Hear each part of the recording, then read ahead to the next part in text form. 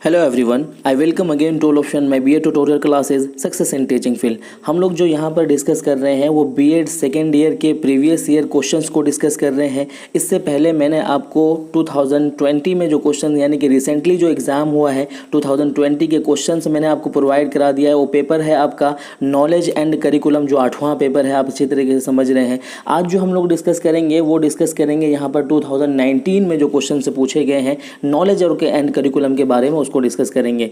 अगर इसके इंपॉर्टेंट की बात करें तो आपको अच्छी तरीके से पता है कि प्रीवियस ईयर के जो क्वेश्चंस है वो क्वेश्चंस इतना ज़्यादा टैली करते हैं। अगर अभी के एग्ज़ाम की बात करो जो आपके होने वाले हैं वो सारे 100 नहीं तो 80 से 70% सारे क्या कहते हैं कि क्वेश्चंस टैली करते हैं। और वो सारा कंक्लूजन और वो सारी जो क्या कहते हैं कि कंपैरिजन में करके दिखाऊंगा कि कैसे कैसे क्वेश्चंस जो है टैली करते हैं, पूछे जाते हैं, रिपीट होते हैं, वो सारी चीज़ें मैं बताऊंगा।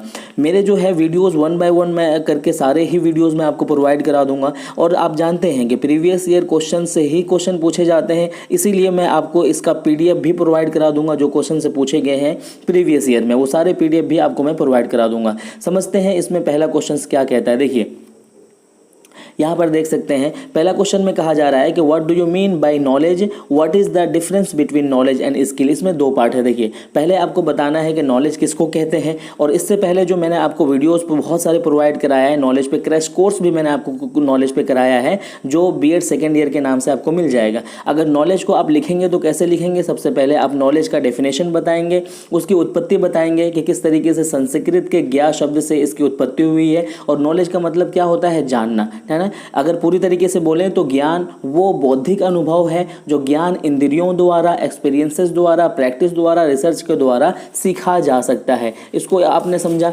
उसके बाद अगर और भी चीज़ें अगर याद करना चाहेंगे कि knowledge is a self process acquired from surrounding and form by experiences. Knowledge क्या होता है, जो कि आप एक्वायर करते हैं अपने सराउंडिंग से और एक्सपीरियंसेस से उसको सीखते हैं। इस तरीके से आप इसका डेफिनेशन लिख सकते हैं। उसके बाद इन्होंने दूसरी चीज़ देखिए क्या पूछा हुआ है, what is the difference between knowledge and skill. ठीक है, नॉलेज आपने बता दिया कि नॉलेज क्या होता है, जो सराउंडिंग से आप सीखते हैं, अपने एक्सपीरियंसेस से सीखते हैं। और स्किल जो होता है वो इसके नेक्स्ट लेवल होता है। ठीक है, स्किल क्या होता है, उसका नेक्स्ट लेवल होता है। जैसे कि कोई नॉलेज आपने सीख लिया, सपोज दैट एक एग्जाम्पल मैं आपको दूँ कि आपने जो है पढ़ाने का नॉलेज सीख लिया कि मुझे इस तरीके से पढ़ाना है, लेकिन अब जब उसको पढ़ाते पढ़ाते आपके अंदर में एक्सपीरियंसेस आ जाएगा तो आपका स्किल भी डेवलप कर जाएगा कि आप उस स्किल से फटाक से पढ़ाना शुरू कर देंगे, है ना। फटाक से किसी चीज़ को ज्ञान करना शुरू कर देंगे, फटाक से कोई भी सोल्यूशन निकालना शुरू कर देंगे। तो ये सारी चीज़ें आई होप कि आपको समझ में आया होगा। अभी हम समझते हैं। देखिए आपका जो ये क्वेश्चन पैटर्न है ना, 2020 का क्वेश्चन देखेंगे, 2018 का क्वेश्चन देखें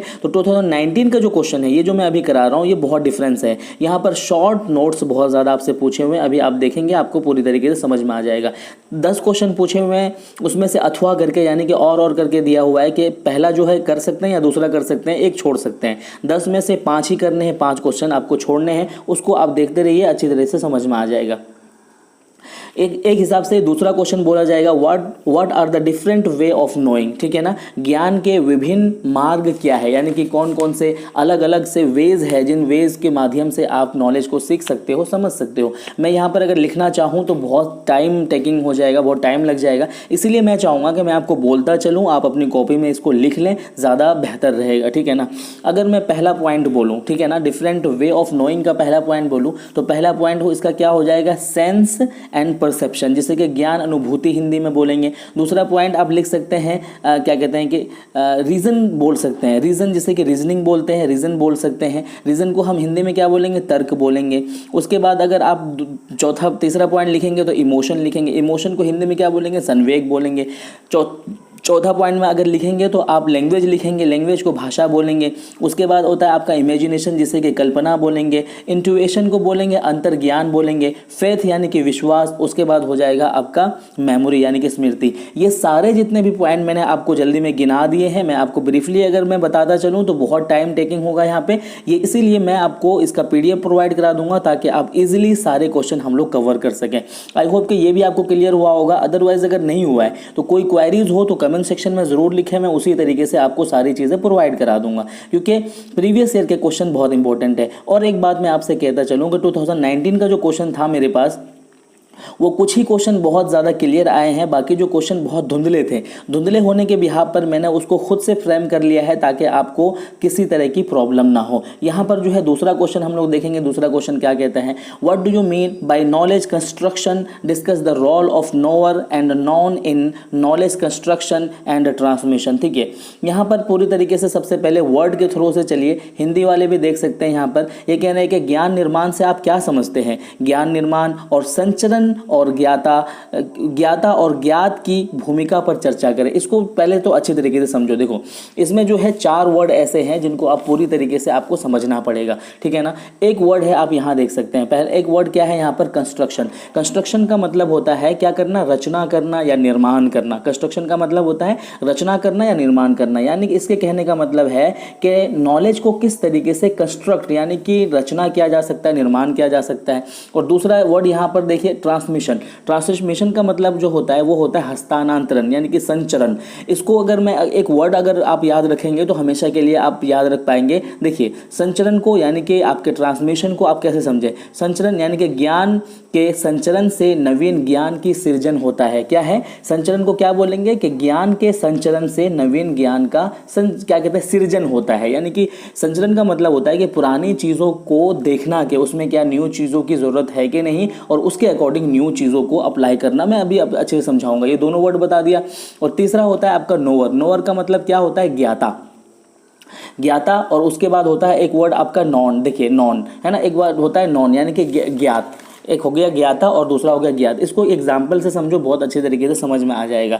इसके एग्जाम्पल में अगर दूं तो इसके एग्जाम्पल में आप समझ सकते हो पूरी तरीके से कि देखिए, a teacher teach about Delhi city to the student. समझो इसको अच्छी तरीके से, a teacher teach about Delhi city to the student. यहाँ पर जो स्टूडेंट है, यहाँ पर जो नोअर है, स्टूडेंट हो जाएगा नोअर, यानी कि जो ज्ञाता है वो कौन हो जाएगा, नोअर हो जाएगा। और जो यहाँ पर दिल्ली सिटी है वो नॉन हो जाएगा, ठीक है ना। ये एक एक्सपेक्टेशन है जो नॉलेज में हम कोई चीज़ भी सीखने के लिए अप्लाई करते हैं, उसको समझने के लिए यूज़ करते हैं, ठीक है ना। तो अभी आपने इतना समझ लिया। अब आप ये समझो कि ज्ञान के कंस्ट्रक्शन में यानी कि निर्माण में और ट्रांसमिशन में यानी कि संचरण में एक किस किस का ज़्यादा भूमिका होता है, नोअर का ज़्यादा भूमिका होता है, नॉन का भूमिका होता है। तो ऑब्वियसली चाहे वो टीचर हो चाहे वो स्टूडेंट हो, सबका इसमें बहुत बड़ा भूमिका होता है। किसी क्या कहते हैं, क्योंकि ज्ञान के संचरण एवं निर्माण में स्टूडेंट और टीचर का तो सबसे ज़्यादा रोल होता ही होता है। उसके अलावा सिलेबस का, कंटेंट का, ऑडियो विजुअल एक्टिविटीज़ का, ये सारे जो है आधार बनते हैं किसमें, ज्ञान के कंस्ट्रक्शन में, ज्ञान के ट्रांसमिशन में। और ट्रांसमिशन का मतलब आप इस तरीके से याद रख सकते हैं कि सपोज दैट कि आज के भी दौर में ट्रेडिशन नॉलेज बहुत पढ़ाए जाते हैं, तो ट्रांसमिशन उसमें बहुत ज़रूरी है, यानी कि हस्तांतरण बहुत ज़रूरी है। अगर आपका क्लास ट्रेडिशन के बिहाफ पे चलता है तो आपके क्लास कैसे होना चाहिए, आपके क्लास जो है स्मार्ट क्लासेस होना चाहिए, प्रोजेक्ट विधि में। अगर बोर्ड से पढ़ाए जाते हैं तो प्रोजेक्ट विधि, यानी ये है आपका हस्तांतरण, यानी कि किसी भी पुरानी चीज़ को नई चीज़ के तरीके से अप्लाई करना, अगर वो रिक्वायरमेंट हो।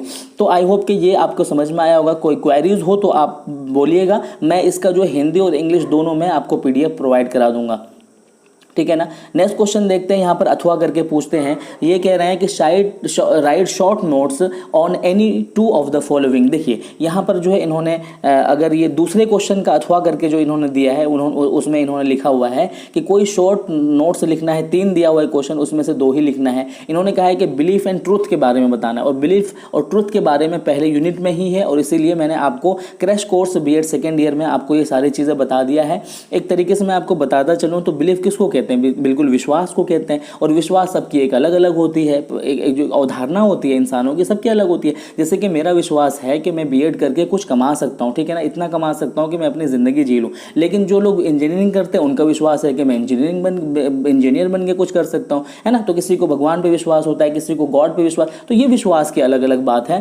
ट्रूथ क्या होता है, ट्रूथ यूनिवर्सल लेवल पर एक तरीके से फैक्ट होता है, इसमें किसी तरह की बदलाव नहीं की जा सकती है। उसके अलावा यहाँ पर जो है एब्स्ट्रैक्ट नॉलेज और concrete knowledge knowledge. Concrete knowledge किसको कहते हैं? कॉन्क्रीट को हिंदी में क्या कहेंगे? कॉन्क्रीट को मूर्त कहेंगे।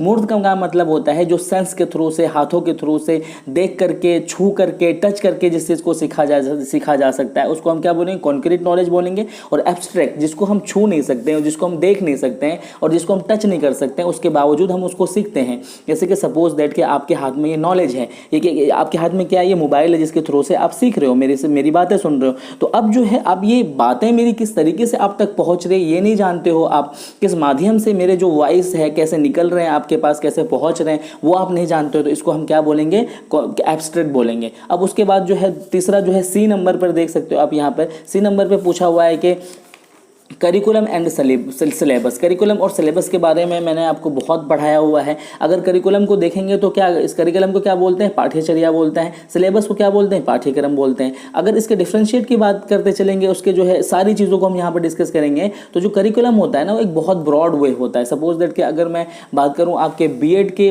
पूरे सिलेबस, पूरे के पूरे पार्ट, पूरे कंटेंट के, तो उसको क्या बोला जाएगा? बीएड का करिकुलम बोला जाएगा। अब किसी पेपर के इंडिविजुअली बात करूँ तो वहाँ पर सिलेबस आ जाएगा, जैसे कि फर्स्ट पेपर का सिलेबस, सेकंड ईयर का सिलेबस, ठीक है ना। अगर पूरा जो है हॉल लेवल पे बात करूं, बड़े लेवल पे बात करूं, तो करिकुलम। तो ये सारी चीज़ें भी आप बताते चलेंगे। आई होप कि ये भी क्वेश्चन आपके लिए क्लियर हो गया होगा।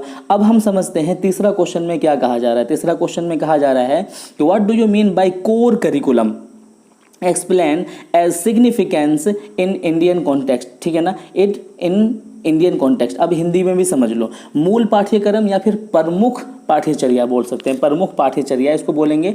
मूल पाठ्यचर्या से आप क्या समझते हैं? भारतीय संदर्भ में के महत्व के रूप में व्याख्या करें। देखिए, सबसे पहले तो आप ये समझो कि ये क्या है, कोर करिकुलम क्या है, ठीक है। आपने बहुत सारी चीज़ें सुना होगा, करिकुलम सुना होगा, हिडन करिकुलम सुना होगा। हिडन करिकुलम को मैंने बताया है कि बच्चा जो है अब किसी चीज़ को लिख करके नहीं सीखता है, बल्कि जो है अपने आप में ही सीखता चला जाता है। जैसे कि डिसिप्लिन है, बच्चे क्या करते हैं, टीचरों के क्या कहते हैं, पाँव छूते हैं, तो वो कोई सिखाता नहीं कि आप पाँव छुओ, कोई ये नहीं सिखाता है कि टीचर के आने पे जो है गुड मॉर्निंग बोलो खड़े होकर के, बट वो करता है। तो वो एक तरीके से हिडन करिकुलम होता है। बट हम यहाँ पर क्या डिस्कस करें, कोर करिकुलम क्या हो। देखिए, कोर करिकुलम उसको बोलते हैं जो कंपलसरी होता है। जैसे कि आप 1 क्लास से लेकर के 10th क्लास तक जितने भी सब्जेक्ट पढ़ते हैं, है ना, बहुत सारे सब्जेक्ट ऐसे होते हैं जो बहुत कंपलसरी होते हैं, वहाँ पर तो चूजेबल नहीं होते ना सब्जेक्ट। जैसे कि आप ऑनर्स में जाते हो तो जाकर के आप चूज़ करते हो कि मुझे नहीं इकोनॉमिक्स पढ़ना है, नहीं मुझे फिलॉसफी पढ़ना है। बट अगर जब 1 से 10 तक आप पढ़ रहे होते हो, ठीक है ना, 1 से 10 तक पढ़ते हो, तो वहाँ पर बहुत सारे सब्जेक्ट जो होते हैं कंपलसरी होते हैं,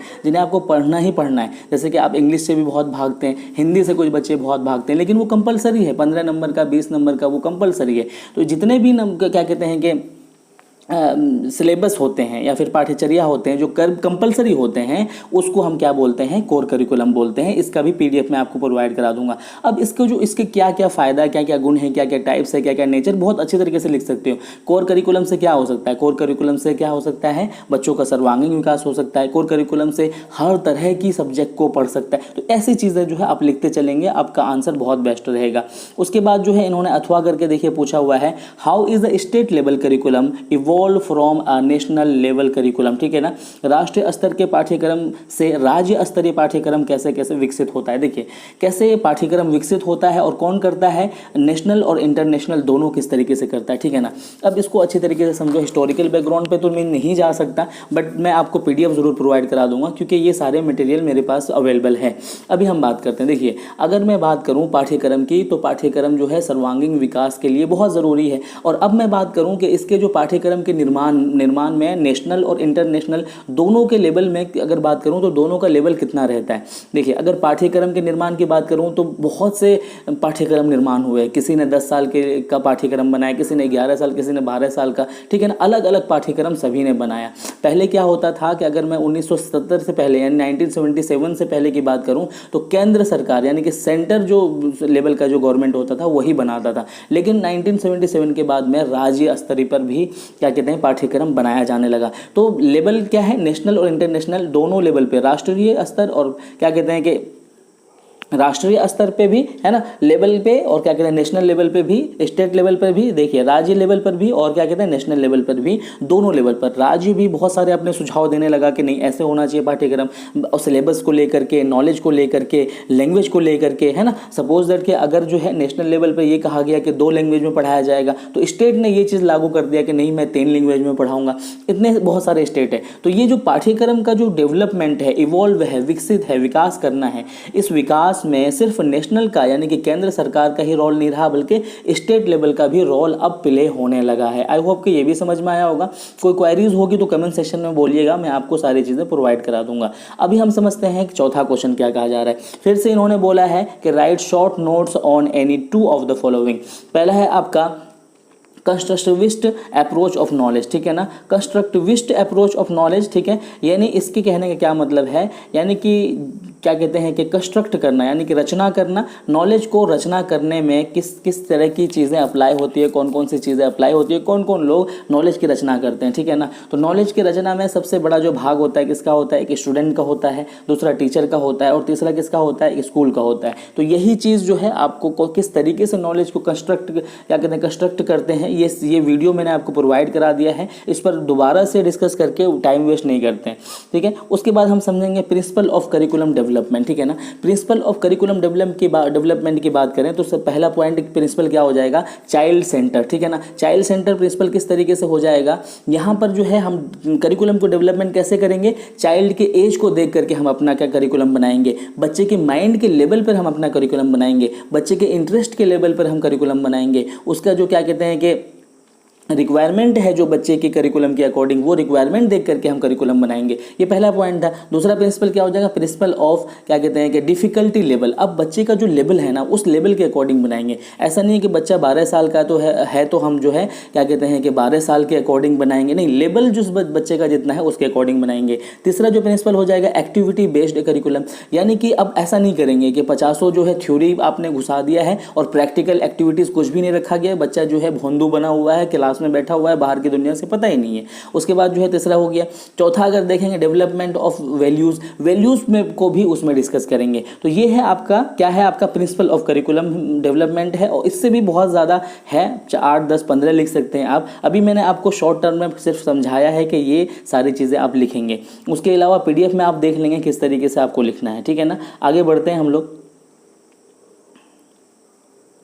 नेक्स्ट में कहा जा रहा है कि discuss curriculum in the context of socio cultural relation of students, यानी कि छात्रों के सामाजिक सांस्कृतिक संबंध के संदर्भ में पाठ्यचर्या पर चर्चा कीजिए। देखिए यहाँ पर 2 पॉइंट है, एक है आपका सोशियो और दूसरा है कल्चरल, यानी कि सोशोलॉजिकल और कल्चरल किस तरीके से रिलेशन रखता है स्टूडेंट्स में, कौन, यानी कि जो पाठ्यक्रम बनाया जाता है, ठीक है ना, छात्रों के सामाजिक सांस्कृतिक संबंध के संदर्भ में पाठ्यचर्या पर चर्चा कीजिए, ठीक है। देखिए जो करिकुलम बनाए जाते हैं, है ना, उस करिकुलम में सोसाइटी का, सोशल का, यानी कि सोसाइटी का कितना रोल होता है और कल्चरल का कितना रोल होता है, किसके कॉन्टेक्स्ट में, रिलेशन ऑफ स्टूडेंट, यानी स्टूडेंट के अकॉर्डिंग, स्टूडेंट को मद्देनज़र रखते हुए एक करिकुलम में, एक पाठ्यचर्या में क्या है, सोसाइटी का कितना भाग रहेगा और कल्चर का कितना भाग रहेगा, ठीक है ना। देखिए आज का जितना भी पाठ्यक्रम रहेगा, पाठ्यचर्या रहता है, उन सब में हमारा सोसाइटी का बहुत बड़ा इन्वॉल्व होता है।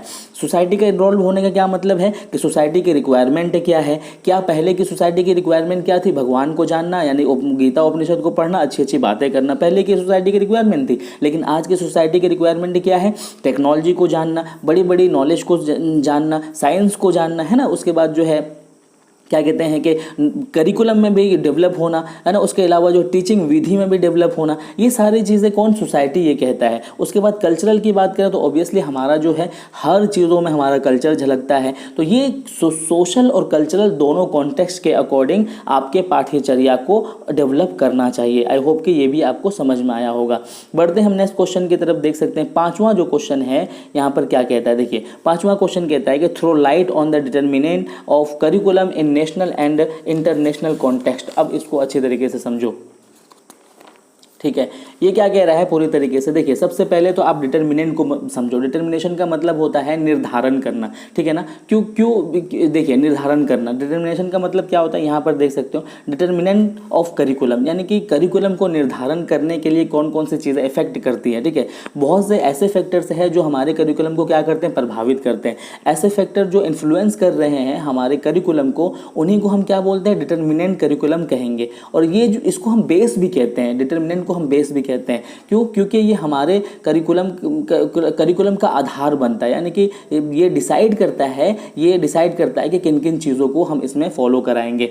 सपोज दैट अगर नेशनल, क्या इन्होंने कहा कि नेशनल इंटरनेशनल लेवल पे भी अगर बात करेंगे तो हमारा जो डिटर्मिनेशन है वो सारा बहुत ज़्यादा डिफरेंस नहीं रहेगा। क्योंकि अगर डिटर्मिनेशन की अगर बात करें तो हमारे एजुकेशन के अकॉर्डिंग सबसे पहला अगर डिटर्मिनेशन की बात करूं तो फिलोसफिकल डिटर्मिनेशन रह जाएगा, सोशोलॉजिकल डिटर्मिनेशन उसमें फॉलो किया जाएगा, psychological determination, sociological, scientific, political, economical, ये सारे डिटर्मिनेशन उसमें फॉलो किए जा सकते हैं। अगर मैं डिटर्मिनेशन के एक एग्जाम्पल दूँ तो जो आपको हमेशा के लिए याद रहे, तो पॉलिटिकल डिटर्मिनेशन की अगर बात करूँ तो देखिए किस तरीके से उसमें डिटर्मिनेट किया जाता है करिकुलम में।